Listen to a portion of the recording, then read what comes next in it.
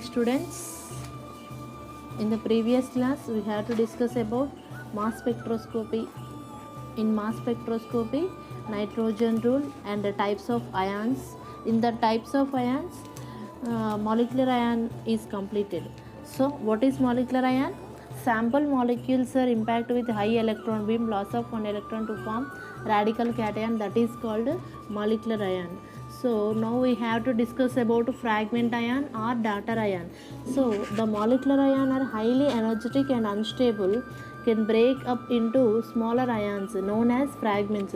Molecular ion అనేది అది చాలా అన్స్టేబుల్, హై ఎనర్జీ ఎక్కువగా ఉంటుందండి, అన్స్టేబుల్ కూడా.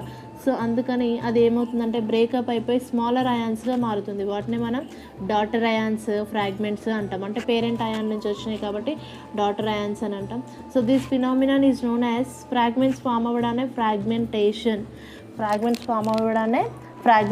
ఫర్ ఎగ్జాంపుల్ శాంపుల్ మాలిక్యూల్ తీసుకున్నామండి మనం, అది 70 ఎలక్ట్రాన్ వోల్ట్స్ తోటి బంబార్డ్ అయినప్పుడు 1 ఎలక్ట్రాన్ లాస్ అయ్యి మాలిక్యులర్ అయాన్ ఫామ్ అవుతుంది.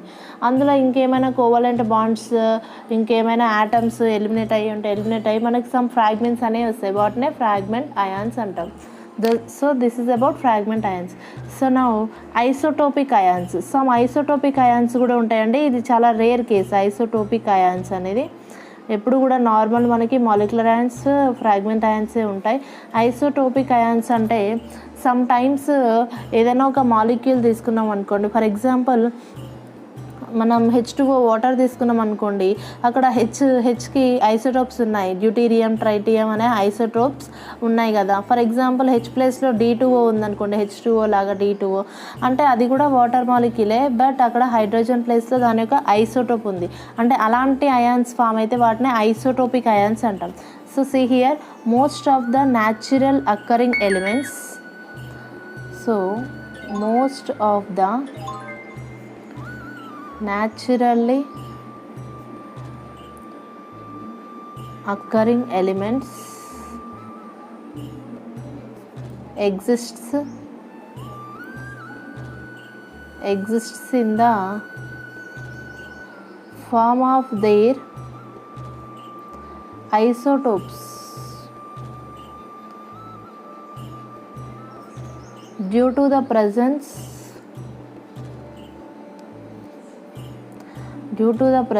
of the heavier isotopes. Due to the presence of heavier isotopes, the molecular ion peak also appear. The molecular ion peak also appear at MZ values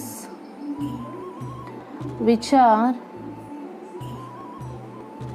1, 2 or more mass units higher than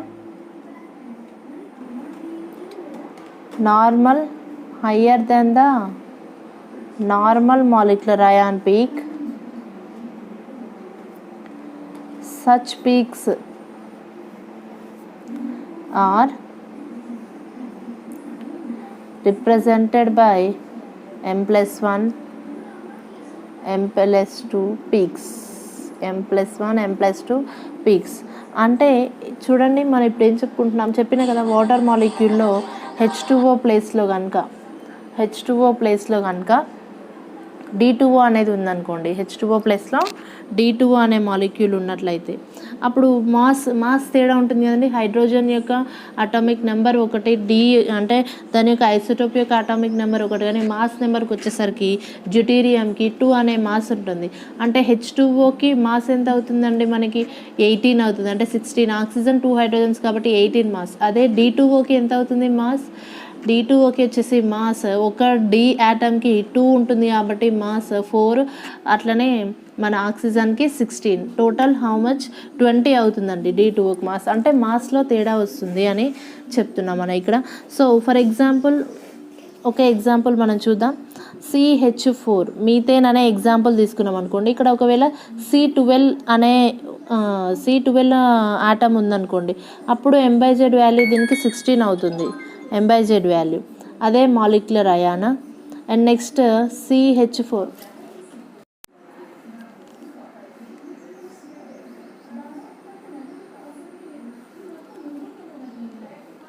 so C12H4 ఉందనుకోండి, ఇది methane. దీంట్లో ఒకవేళ కార్బన్కి 12 mass ఉందనుకుంటే దీని యొక్క m by z value 16. ఇది normal molecular ion అనుకుందాం. For example ఒకవేళ C13 mass కలిగినటువంటి కార్బన్ ఇక్కడ ఉందనుకోండి, అప్పుడు దీని యొక్క ఎంబైజెడ్ వాల్యూ ఎంత అవుతుంది? కొంచెం పెరుగుతుంది, 1 పెరుగుతుంది. ఇక్కడ 12 ఉండే, ఇక్కడ 13 ఉండే, కాబట్టి 1 is increasing. So this m by z value is 17. For example CH3D అనేది ఉందనుకుందాం. CH3D ఇక్కడ కార్బన్కి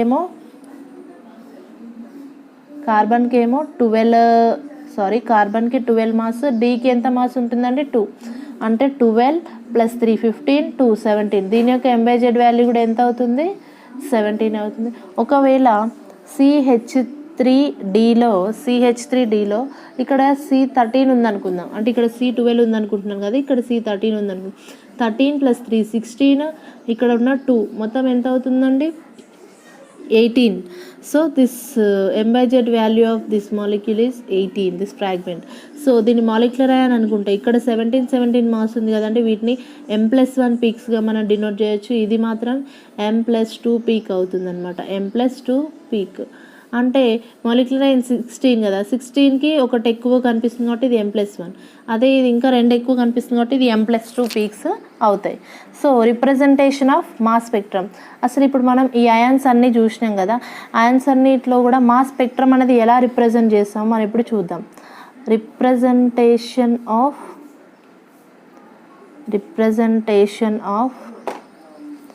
mass spectrum. Representation of mass spectrum. Okay, mass స్పెక్ట్రమ్ని మనం రిప్రజెంట్ చేద్దాం అసలు. సో మాస్ స్పెక్ట్రమ్ని మనం దేనికి ఎక్స్ యాక్సిస్లోనేమో మనం ఎంబైజెడ్ వాల్యూస్ తీసుకుంటాం, వై యాక్సిస్లో రిలేటివ్ అబౌండెన్స్ RA వాల్యూస్ తీసుకుంటాం, ఎక్స్ యాక్సిస్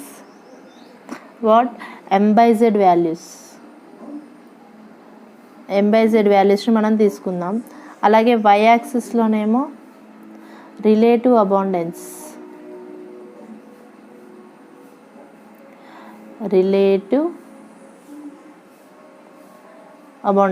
RA అని షార్ట్కట్లో రాయొచ్చండి. ఫుల్గా స్టార్టింగ్ కాబట్టి, అంటే ఫస్ట్ టైం దీన్ని ఎక్స్ప్లెయిన్ చేస్తున్నాం కాబట్టి మనం ఫుల్గా డినోట్ చేస్తాం. నెక్స్ట్ టైం మనం RA అని డినోట్ చేస్తాం. సో దీంట్లో చూడండి, base peak, first of all base peak is highest peak. ఈ మాస్ స్పెక్ట్రమ్లో పీక్స్ అనేవి ఎలా ఉంటాయంటే బేస్ పీక్ నెక్స్ట్ ఏముంటుందంటే మాలిక్యులర్ అయాన్ పీక్ ఉంటుందన్నమాట. మాలిక్యులర్ అయాన్ పీక్ తర్వాత కొంచెం ఎక్కువ కాబట్టి మాస్ M+1 పీక్ ఉంటుంది. ఆఫ్టర్ నెక్స్ట్ ఇంకా తర్వాత M+2 పీక్. ఇలా ఈ M+1 M+2 పీక్స్ని ఏమని చెప్పుకున్నామండి మనం?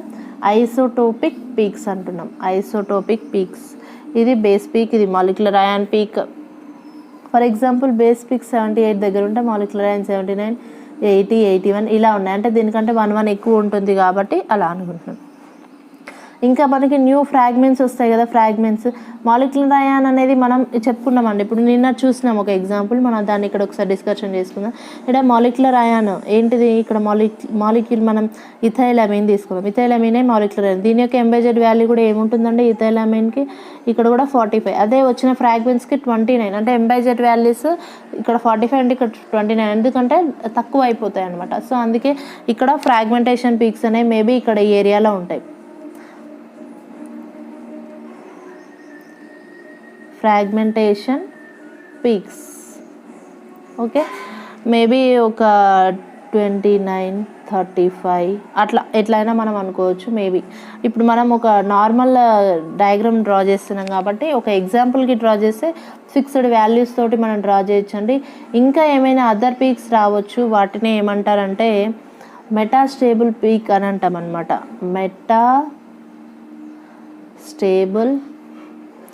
మెటాస్టేబుల్ అయాన్ పీక్ అంటే అదేంటో కూడా మనం చూద్దాం నెక్స్ట్. ఈ పీక్స్ అన్నిటి గురించి కూడా మనం ఇప్పుడు డిస్కషన్ చేద్దాం. బేస్ పీక్ అంటే ఏంటి, ఐసోటోపిక్ పీక్స్ అంటే ఏంటి, fragmentation peaks, metastable ion peak, like that ఇలాంటివన్నిటి గురించి మనం డిస్కషన్ చేద్దాం. ఇది నార్మల్ రిప్రజెంటేషన్ ఆఫ్ మాస్ స్పెక్ట్రమ్ని ఇలా డినోట్ చేస్తారు మాస్ స్పెక్ట్రమ్ని. ఓకేనా?